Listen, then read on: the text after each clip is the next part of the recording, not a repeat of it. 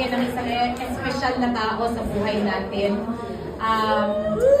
Marami sa atin dito ang over the years ay nakita kung gaano ka-dedicated siya as a public servant. At yung iba naman sa atin, naging kaibigan sa public service. Yung iba naman, naging kaibigan dahil siguro lumaki kayo together, no? Mga kababata mo siguro nandito. Nandito ba yung mga kababata ni...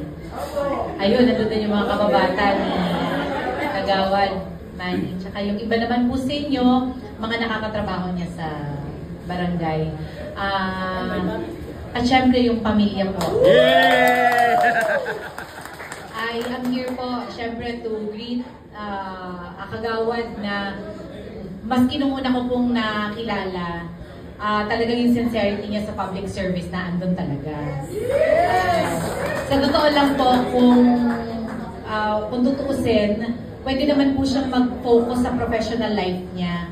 Pero talagang desire ng heart niya is really serve the people. He's very active. At ganun ko po siya nakilala. No wonder po na halos umapaw na ho ang tao dito sa loob kasi dami talaga nagmamahal sa kanila. Diba, no?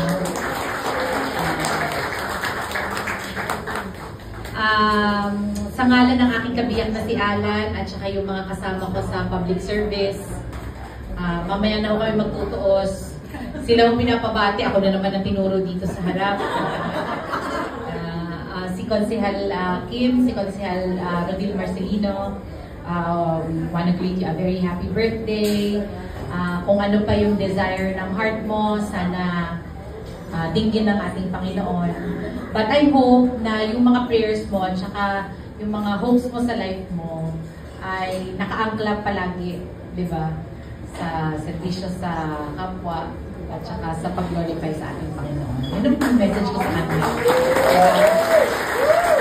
And I hope na mag-stay siya na very happy person po to, no? Palagi lang siyang masaya. Diba? At ganun dapat tayo.